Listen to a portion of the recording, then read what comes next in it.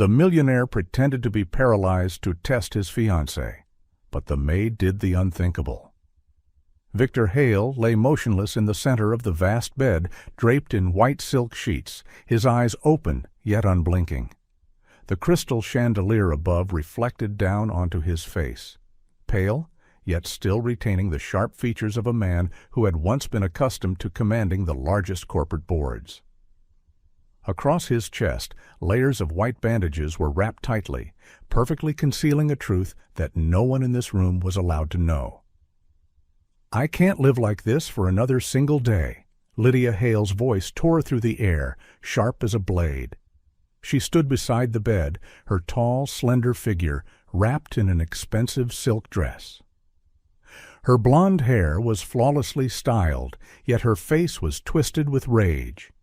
Her blue eyes bore no trace of the woman who had sobbed uncontrollably when she was told that Victor's helicopter had crashed into the sea just a week earlier. She yanked the 5-carat diamond ring from her finger, the symbol of their extravagant engagement only months ago, and hurled it straight at Victor's chest. Cold metal struck the bandages with a dry, hollow sound. Victor did not move. No groan, no flinch. Only his eyes, deep and dark, remained locked onto Lydia. Just 1 week earlier, this woman had knelt beside his hospital bed, holding his hand and swearing that no matter what happened to him, she would stay. 1 week? Only 7 days. That was all it took for the mask of love to shatter completely. "Look at you," Lydia sneered, circling the bed like a predator. "Victor Hale, the energy tycoon, the man this entire city once feared. And now, an expensive piece of furniture, lying here while others decide his fate." She paced back and forth across the master bedroom, her designer heels striking the marble floor in sharp, rhythmic clicks, like a countdown clock. In her hand was a thick file neatly bound inside a black leather folder. "Can you hear me?" Lydia stopped at the bedside and leaned down, her face only inches from Victor's. "Or did that accident leave you mute as well?" Victor did not answer. He let his eyelids hang heavy, feigning labored breathing as though every breath required tremendous effort. In his mind, every word Lydia spoke was being recorded, cold, precise, like entries in a legal transcript. "I'll say it slowly," Lydia continued, lowering her voice into a chilling, fabricated calm. "The Swiss accounts, all of them? Your shares in Hale Energy, medical decision-making authority, legal power of attorney. I need everything." She placed the thick folder onto Victor's chest, pressing lightly against the bandages as if to remind him that he was completely under her control. "You are no longer capable of managing anything," Lydia said, her lips curving into a thin smile. "And I have no intention of watching this empire collapse just because you can't even stand on your own." Victor's lips moved slightly, releasing a weak, raspy sound, just enough to prevent Lydia from claiming he was completely unconscious. "Lydia," he whispered, "give me time." "Time?" Lydia laughed, the sound echoing hollowly through the vast room. "Do you think I have time? I'm not about to spend the best years of my life wiping your drool, Victor." She turned away, facing the large mirror on the wall, adjusting her flawless hair. The reflection revealed a woman who was beautiful, powerful, and utterly devoid of compassion. "Do you know what they're saying out there?" Lydia continued, as though speaking to herself. "They say Victor Hale is finished, a fallen king, and me?" She smiled faintly. "I have no intention of being dragged down with him." Victor watched her reflection in the mirror. In that moment, he no longer saw the woman he had planned to marry. He saw a stranger, one who had been waiting for the precise moment he became weakest to strike. "I spoke with the doctors," Lydia said, turning back, her eyes icy. "They say your chances of ever walking again are almost non-existent. You'll need care for the rest of your life." It was a lie. Victor knew that well. The doctor had been arranged by him, part of the plan, But hearing Lydia repeat it like a verdict made him feel, more clearly than ever, the rot within her soul. "So," Lydia leaned down close to his ear, her voice low with menace, "either you sign or I cut off all treatment costs, medication, equipment, medical care. We'll see how long you last when you no longer have your own money." A surge of fury ignited in Victor's chest, hot and violent. He clenched his jaw until it ached. He had faced the most ruthless opponents in the corporate world, witnessed deals that had cost thousands their livelihoods. But never had he confronted cruelty this naked, from the woman lying beside him.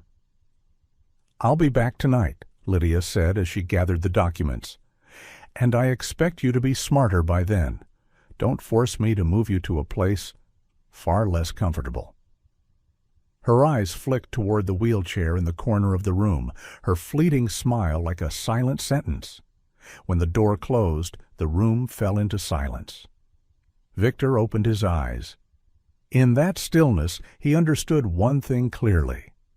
Lydia was no longer someone who needed to be tested. She was proving with her own hands that when power shifts, what reveals itself fastest is a person's true nature. The afternoon dragged on heavily, like a block of lead hanging above the mansion ceiling. After Lydia left, the master bedroom sank into a frightening silence. The kind of silence that did not bring peace, but instead made every thought cruelly clear. Victor closed his eyes, regulated his breathing, and continued his performance. He needed Lydia to believe that he was completely imprisoned inside this motionless body. He could not afford even a single mistake. A soft knock came at the door. Very soft, as if whoever stood outside was afraid of breaking something fragile. "Come in," Victor said, his voice weak in exactly the way it needed to be. The door opened, and Mia Cruz stepped inside. Noah was in her arms, his small legs wrapped tightly around her waist. Evan followed behind, clutching the hem of her uniform, his wide eyes lifted toward the unfamiliar room and the man lying on the bed. "They want to see their father," Mia said quietly, as if asking for permission. Victor looked at the two children. His heart tightened in his chest. Evan and Noah looked strikingly like him, same dark hair, same deep bright eyes. They were the only beings in this house who knew nothing of schemes, who did not understand power or betrayal. They only knew that the man on the bed was their father, and that the woman who had just left frightened them. "Daddy?" Evan whispered, reaching out his hand toward Victor. Victor had to fight the urge to reach out and take that small hand. Mia gently set Noah down on the rug, then lifted Evan slightly so the boy could see better. She was always careful, every movement carrying a tenderness Victor rarely saw in this cold mansion. "Daddy is tired," Mia told them, "but he can still hear you." Noah toddled closer to the bed, gripping the edge of the mattress with both hands. He studied Victor's face carefully, as if trying to memorize it. "Does Daddy hurt?" Noah asked in his childish voice. Victor felt his throat tighten. "It doesn't hurt," he answered, forcing his voice to tremble weakly. "Daddy just needs to rest." Mia stood beside the bed, silently watching. Her eyes were nothing like Lydia's. There was no calculation, no contempt, only genuine concern and a deep, unspoken sadness. "Mrs. Lydia doesn't want the children here for long," Mia said softly, lowering her head. "But I thought, today they needed to see you." Victor looked at her. In that moment, he saw the difference clearly. Lydia looked at him as a problem to be solved. Mia looked at him as a human being. Suddenly, the door burst open. "Who allowed you to bring these two children in here?"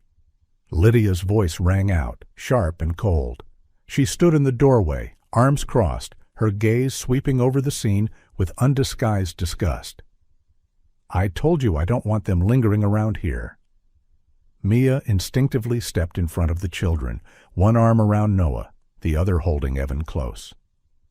"Ma'am," Mia said, her voice trembling but firm. "They'll only be here for a few minutes." "Even a few minutes is too much," Lydia sneered. "They make this room filthy." The words struck like a knife. Victor felt his blood boil. Beneath the blanket, his hand clenched tight, but he remained still. Mia did not step back. She bent down, lifted both children into her arms, and turned toward the door. "Come on," she whispered to them. "Let's let Daddy rest." Before leaving, Mia turned back and looked at Victor. Just 1 second. But in that glance, Victor saw a silent promise. She would not abandon the children, and if necessary, she would not abandon him either. The door closed behind Mia and the 2 children, leaving the room submerged in a heavy silence. Not the silence of peace, but a silence stretched tight like a drawn wire, waiting for the smallest force to snap it apart. Lydia remained standing in the middle of the room. She made no move to leave. Slowly she turned around, like a cat that had decided to toy with its prey a little longer before delivering the final blow. "Do you see now?" Lydia said, her voice dropping, carrying a veneer of feigned weariness. "Even children distract you. That's why I can't allow them to stay here." Victor did not reply. He stared at the ceiling, pretending that every word exhausted him. But inside his mind, everything was razor-sharp. Lydia stepped to the bedside table and picked up the glass of water. She rotated her wrist slightly, watching the clear liquid sway inside, then cast a probing glance at Victor. "Thirsty?" she asked. Victor gave a faint nod. Lydia smiled, not a smile of care, but the smile of someone who had just found a way to assert her power. She moved closer, standing right beside the bed. In that brief moment, Victor realized Lydia was no longer looking at him as a man. She was looking at him as a broken object, an asset that had lost its value. "You know," Lydia said slowly, "I've been thinking a lot these past few days about our future." She leaned in and set the glass on Victor's chest, right atop the white bandages. "I can't spend my life in this house caring for a man who can't even stand on his own." Victor swallowed hard, not from thirst, but from the rage rising in his throat. "You'll be moved somewhere else," Lydia continued, as casually as if discussing the weather. "A nursing home on the outskirts. Quiet, cheap. There, nurses will change your diapers and feed you. I think that suits your current condition better." She lifted the glass again. "And as for me," Lydia said, her voice lifting slightly with undisguised excitement, "I'll stay here, run Hale Energy, meet with partners, maintain the image of a powerful woman." Victor coughed faintly, as if trying to speak but lacking the strength. "Lydia?" he whispered. "At least, don't do this to the children." The words made Lydia freeze for half a second. Then she laughed. "Children?" she repeated mockingly. "They're not mine, and they have no place in my new life." Without another word, Lydia tilted the glass. The water did not flow toward Victor's mouth. It spilled across his chest, soaking into the bandages, spreading quickly over the expensive white sheets. Cold, sudden, humiliating. Victor clenched his teeth. His body instinctively wanted to jerk away, to escape, but he forced himself to remain still, letting the cold water seep into his skin, into every screaming muscle fiber. "Oh," Lydia said casually. "My hand slipped." She set the empty glass on the table, folded her arms, and watched Victor as though observing the outcome of an experiment. "You should get used to this," she said, "because if you don't sign the papers by tomorrow, I will cut everything off. Medication, doctors, therapy, all of it." Victor closed his eyes. In the darkness behind his lids, he saw the faces of everyone who had betrayed him in the past. But none, no one, filled him with disgust like the woman standing by his bed now. Lydia turned away, adjusted her dress, and picked up her handbag. "Tomorrow, 9 a.m., she said without looking back. "Someone will come. A notary. You'd better think carefully." The door slammed shut. Cold water continued to soak through the bandages, running down Victor's chest. But in his eyes, another fire was burning. He understood clearly. Lydia had gone too far. And when someone believes they hold the power of life and death, that is precisely the moment they become most vulnerable. Evening fell over the Hale mansion faster than usual. The large glass windows reflected the distant city lights, glittering like thousands of cold coins. Inside the master bedroom, Victor lay perfectly still, his breathing shallow but steady, his motionless body exactly as Lydia expected. Footsteps echoed in the hallway. Not Lydia's familiar rhythm. Slower, heavier, more confident. The door opened without a knock. Marcus Reed stepped inside with a faint smile on his lips. He wore a perfectly tailored dark suit, expensive cologne filling the room. In his hand were a bottle of wine and 2 crystal glasses. "Victor," Marcus said casually, as if greeting an old friend at a party. "It's been a while."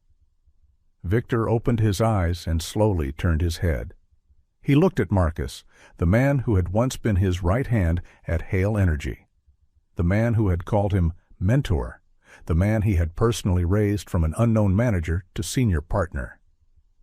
"Marcus," Victor whispered, "you came to visit me?" Marcus chuckled and set the wine bottle on the table. "Visit?" He shrugged. "I think I came to congratulate Lydia." As if on cue, Lydia appeared behind Marcus. She entered the room, her face glowing with an unnatural brightness, as though Victor's illness had brought her liberation. Marcus turned, placed a hand on Lydia's waist, and kissed her. Not hurried, not secretive. It was a deliberate, showy kiss, performed directly in front of Victor.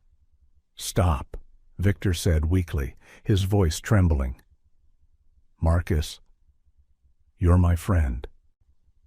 "Friend?" Marcus tilted his head, looking at Victor with a mix of pity and contempt. "In business, there are no friends, only winners and losers." Lydia laughed softly, resting her head against Marcus's shoulder. "He doesn't understand that anymore," she said. "The accident took quite a lot from him." Marcus pulled out a chair and sat beside Victor's bed, placing a wine glass on the table, as if they were in a board meeting. "We don't want to make this complicated," Marcus said calmly. "We just need your cooperation." He gestured. A short, thin man in a gray suit stepped into the room, carrying a leather briefcase. "The notary," Marcus introduced. "Everything is legal, on paper." The man opened the briefcase, taking out a thick stack of documents and a gold-plated pen. "Just sign here, here, and here," he said, without looking directly at Victor. "Transferring all management rights and assets to Mrs. Lydia Hale, due to your permanent incapacity." Victor stared at the papers, his eyes narrowing as if trying to read them. "No, no," he whispered. "Give me time." Lydia stepped closer and placed a hand on his shoulder. "I already gave you time, Victor," she said gently. "You just didn't know how to use it." At that moment, the bedroom door opened again. Mia stood in the doorway, holding a tray of food and fresh bed linens. She had been about to step inside, but froze when she saw Marcus, the notary, and the stack of documents on the table. No one noticed her. "Once you sign," Marcus continued, "everything will be smooth. You'll be taken to a proper care facility. Lydia and I will take over the company. And as for the 2 children—" Mia stopped breathing. Marcus lowered his voice and smiled coldly. "We already have someone handling that. There's a contact at the border. Healthy children, fair skin, very profitable." The tray in Mia's hands trembled. 1 second. Just 1 second. But it was enough for her to understand. This was no longer about money. This was a crime. Victor closed his eyes. Inside his chest, his heart pounded painfully, but he did not open them. Not yet. Don't worry, Lydia added casually, as if talking about taking out the trash. They're just a nuisance. We need to start our new life. Mia took a step back, her heart racing. She knew she had just heard something she was never meant to hear. Mia left the master bedroom in silence. She did not run. She did not panic. Yet every step she took along the long hallway of the Hale mansion felt as heavy as if stones were tied to her feet. Marcus's words echoed relentlessly in her mind, sharp as knives. Healthy children, fair skin, very profitable. Mia's hands began to shake uncontrollably. She clenched the tray of food so tightly her fingers turned white. Never in her life had she felt such fear, not for herself, but for the two little boys playing in the next room, innocent and unaware that someone was planning to sell their lives. Mia hurried down to the kitchen. Her familiar space, the smells of food, knives, and the sink that once gave her comfort, now felt suffocating. She slammed the tray onto the counter, her breathing uneven. "Calm down," she whispered to herself. "You have to calm down." At that moment, heels clicked behind her. Lydia. She entered the kitchen leisurely, holding a glass of red wine. The yellow light reflected in the dark liquid, like blood. "You heard it, didn't you?" Lydia said bluntly. Mia turned around. Their eyes met. "Heard what, ma'am?" Mia tried to keep her voice steady. Lydia scoffed and placed the glass on the kitchen island. "Don't play dumb," she said. "You're not clever enough to act with me." Mia swallowed. "I'm just an employee," she replied. "I take care of the children. Everything else doesn't concern me." "Doesn't concern you?" Lydia stepped closer, her gaze sharp as a blade. "Do you think I'm blind? The way you look at Victor, the way the children cling to you?" She stopped directly in front of Mia. "Who do you think you are?" Lydia whispered. "A hired girl who thinks she can insert herself into this family?" Mia lifted her head. For the first time, she did not look down. "I am not inserting myself anywhere," she said, her voice trembling but clear. "I am only doing what is right." Slap! The sound cracked through the kitchen, dry, sharp, and painful. Mia's head snapped to the side, her ears ringing. A second later, she tasted salt at the corner of her mouth. Lydia breathed hard. "You have no right to speak about right and wrong to me," she snarled. "You are paid to stay silent, and if you don't know your place—" Mia slowly turned her head back. There were no tears on her face, only rage pushed to its limit. "You can hit me," Mia said slowly. "You can fire me, but you are not allowed to touch the children."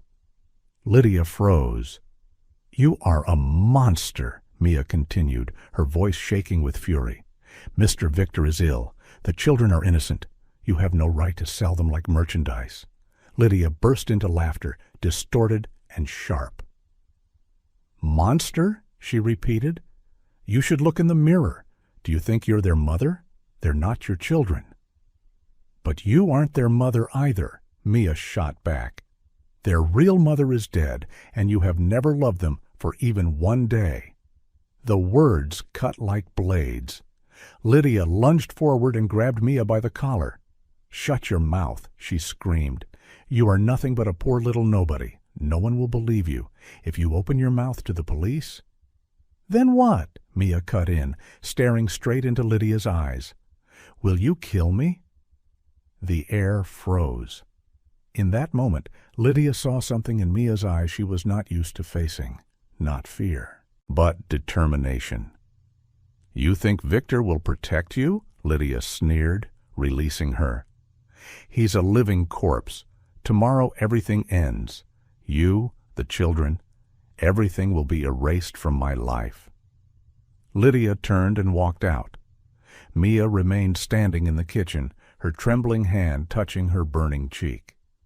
She took a deep breath and wiped the blood from the corner of her mouth.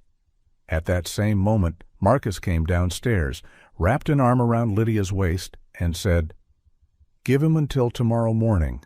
I'll come back in the morning. Tonight. Keep an eye on him." He then placed a kiss on Lydia's lips and walked away. The rain began close to midnight. At first, only scattered drops tapped lightly against the windows, but within moments it turned into a violent downpour. Thunder split the sky, illuminating every dark corner of the Hale mansion, where secrets were piling up like storm clouds. In the children's room, the two little boys slept restlessly. Mia sat beside the bed, one hand gently stroking the smaller child's back, the other still trembling slightly. The red handprint on her cheek had not yet faded, burning each time she touched it. Lydia's words echoed in her mind. "Tomorrow, everything will end." Mia knew what end meant. Not the end of her job, not the end of that rotting marriage, but the end of the existence of people who were no longer considered valuable.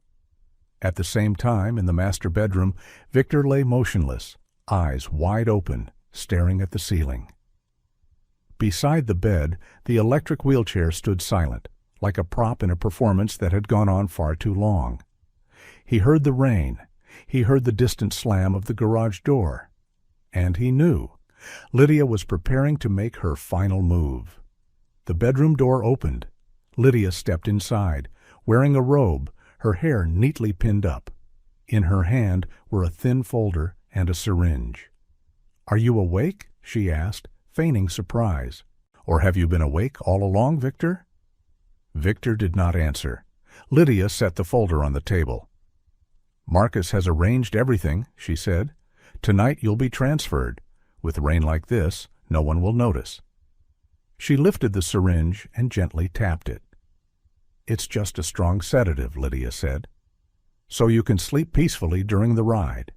Don't be afraid." Victor looked at the syringe, then at Lydia. "Are you going to kill me?" he asked quietly. Lydia laughed. "Kill you? No," she shook her head. "I'm not stupid. I'll let you live." She leaned down, bringing the syringe close to his arm. Downstairs, Mia suddenly stood up. She no longer had time to be afraid. She had to choose. Stay silent to survive, or risk her life to save the people who were not bound to her by blood, but who had become her family. Mia ran toward the master bedroom. Her footsteps thundered up the staircase, blending with the sound of thunder outside. She did not know what she would do, only that if she was even 1 second too late, everything would be beyond saving. Lydia's hand was holding the syringe. The door burst open. "Mia?" Lydia turned sharply, startled. "What the hell are you doing here?" The syringe was still in Lydia's hand, only a few centimeters from Victor's arm. Mia stepped forward. Her voice trembled, but she did not retreat. "You're not allowed to touch him," she said. "If you take one more step, I will scream. I will call the police. I will—" Lydia laughed, sharp and cold. "Do you think anyone would hear you?" Lydia said. "Everyone in this house is on my side." She glanced at Victor and shrugged lightly. "Sorry, Victor. Looks like you raised a dog that's a little too loyal." Victor remained motionless. His eyes were half closed, as if the drug had already begun to take effect. Lydia turned back to Mia, her gaze dripping with contempt. "Get out," she ordered, "or I will call security to drag you out, and this time it won't be just a slap." Mia did not move. "You won't be able to," she said quietly. Lydia narrowed her eyes. "And where does that confidence come from?" In the very next second, a voice sounded behind Lydia. Low, clear, steady. "She gets it from me." Lydia froze. Slowly, very slowly, she turned around. Victor was opening his eyes. Not the dull gaze of a helpless patient, but sharp, lucid, familiar, the look that had once silenced entire boardrooms. "Victor?" Lydia stammered. You? What did you say?" Victor drew a deep breath. Then he braced his hands on the bed. His body moved. Mia gasped. Her heart nearly stopped. Victor sat up. Lydia stumbled backward. The syringe slipped from her fingers, hit the floor, and rolled away with a dry, hollow sound. "No," she whispered. "That's impossible." Victor placed his feet on the floor, the legs that were supposed to be paralyzed. He stood up, not fast, not dramatic, but steady, terrifyingly real. The air in the room seemed to be sucked away. Mia covered her mouth. Tears streamed down her face, not from fear, but from release.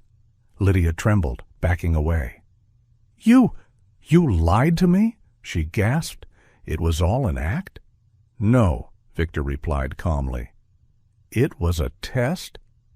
He walked slowly toward Lydia. Each step landed like a hammer blow against her arrogance. "I needed to know," Victor continued, "who would stay when I lost everything, and who would stab me in the back." Lydia shook her head frantically. No, you can't do this to me. I'm your wife." Victor stopped. His eyes were ice cold.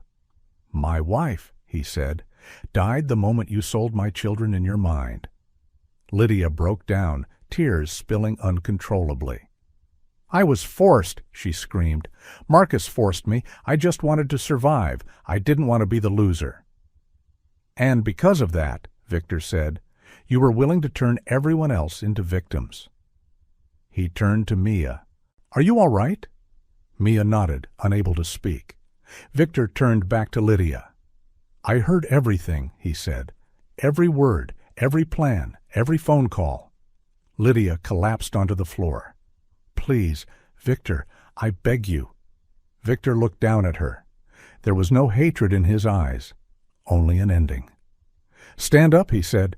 "The police are on their way. I called them before you even stepped into this room with that syringe." The distant wail of police sirens echoed through the rain. Lydia looked up, eyes wide with terror. "No," she whispered. Victor turned to Mia, his voice softening. "You did the right thing," he said. "From now on, no one has the right to hurt you or the children ever again." Outside, the rain kept falling, but inside this room, the darkness had just been torn apart.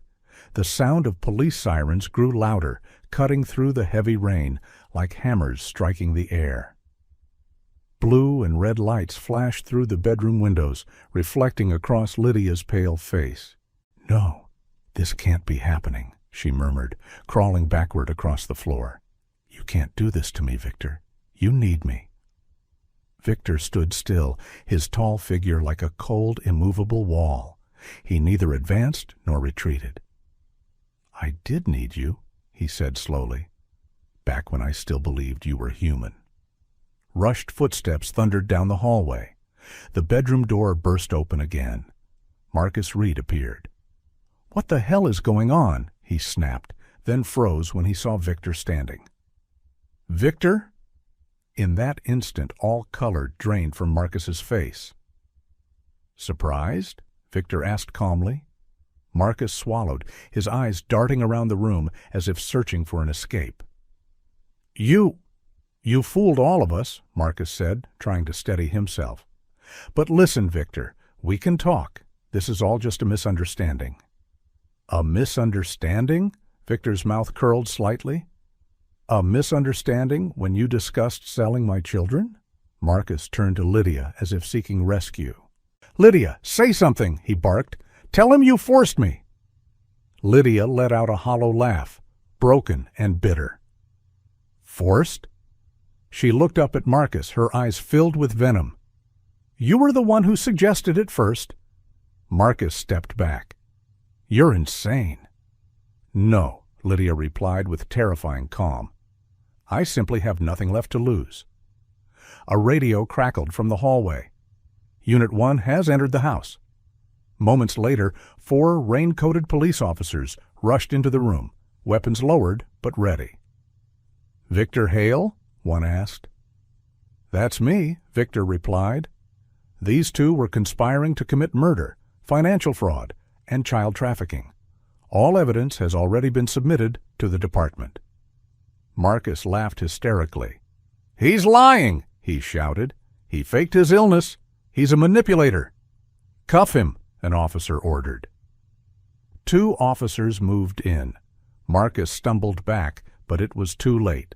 Cold handcuffs snapped shut around his wrists. "Victor, listen to me," Marcus yelled as he was dragged away. "We're partners. You can't destroy me." Victor looked him straight in the eye. "You destroyed yourself," he said. "I only turned on the lights so everyone could finally see." Lydia was pulled to her feet. As the cold cuffs closed around her wrists, she turned toward Victor, her eyes bloodshot. "You'll regret this," she whispered.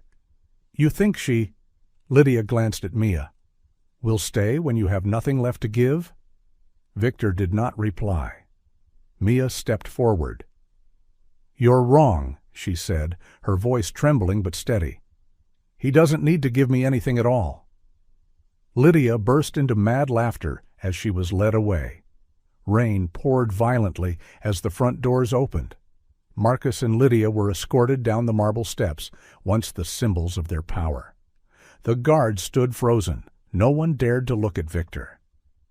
"You!" Victor called out, his voice carrying through the rain. "Anyone who took money from Marcus or Lydia should turn yourselves in now. I already have a list." A deadly silence stretched for several seconds. Then one guard lowered his head. Then a second. The collapse happened without explosions, but it was total. Mia stood beside Victor, watching the storm swallow the people who had once claimed ownership of this place. "Is it over?" she asked softly. Victor looked at the rain, then at her. "Not yet," he said. "But the worst is behind us." In the distance, police cars drove away, carrying Lydia and Marcus, two shadows who once believed they stood on top of the world. The Hale mansion fell into silence. A very different silence from before. No longer the silence of fear, but the silence before a new beginning. The rain hadn't stopped, but now it no longer carried menace. It fell steadily, heavily, as if washing away what remained of a filthy night. The Hale mansion was still brightly lit, yet beyond the tall iron gates, Victor and Mia stood beneath a side awning, where the light never truly reached. The children had already been taken in a police car for temporary protection, leaving only the two of them facing an unexpected emptiness. "Are you sure you're all right?" Mia asked softly. Victor did not answer at once. He looked down at his hands, the hands that had once been laid across his abdomen, across silk sheets, pretending helplessness.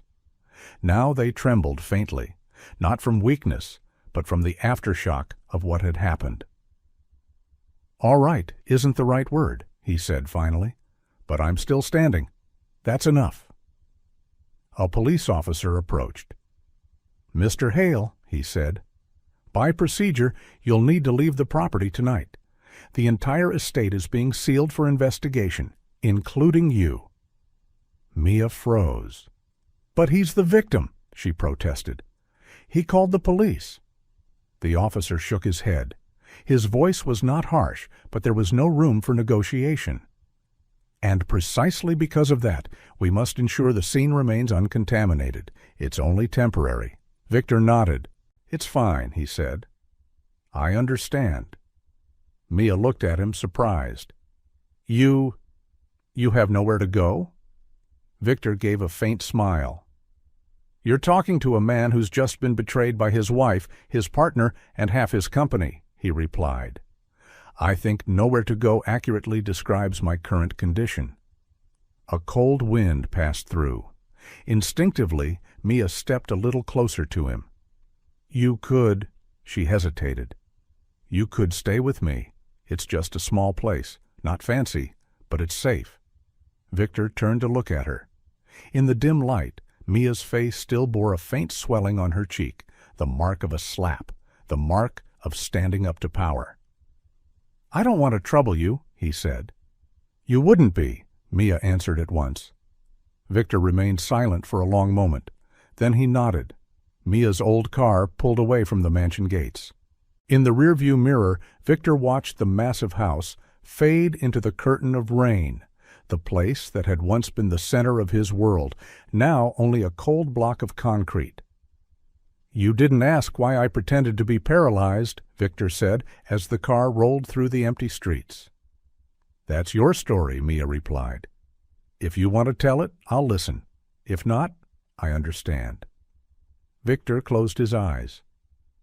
"I'd suspected Lydia for a long time," he said quietly. "Missing funds, strange decisions. But I needed proof, and I needed to know, when I was no longer Victor Hale the Powerful, who would stay." "And now you know," Mia said. "Yes." He opened his eyes and looked at her. "Now I know." The car stopped in front of an old apartment block. Dim yellow streetlights, chipped steps, but the familiar scent of real life. Mia's apartment was small, one bedroom, a kitchen, and a cramped living room, but it was clean, warm. Victor sat down on the old sofa and released a long breath, as if, for the first time in many years, he was finally allowed to loosen his guard. The two boys had already been taken into the bedroom. "Are you afraid?" Mia asked. Victor considered for a moment. "Yes," he answered honestly. "But not because of losing money. It's because I almost lost the only thing worth keeping." He looked directly at Mia. "You risked your life for my children," he said. "For children who don't carry your name." Mia lowered her head. "They needed someone to protect them," she replied. And at that moment, there was only me. Outside, the rain began to soften. Inside the small apartment, two people who once belonged to different worlds sat side by side, without power, without roles,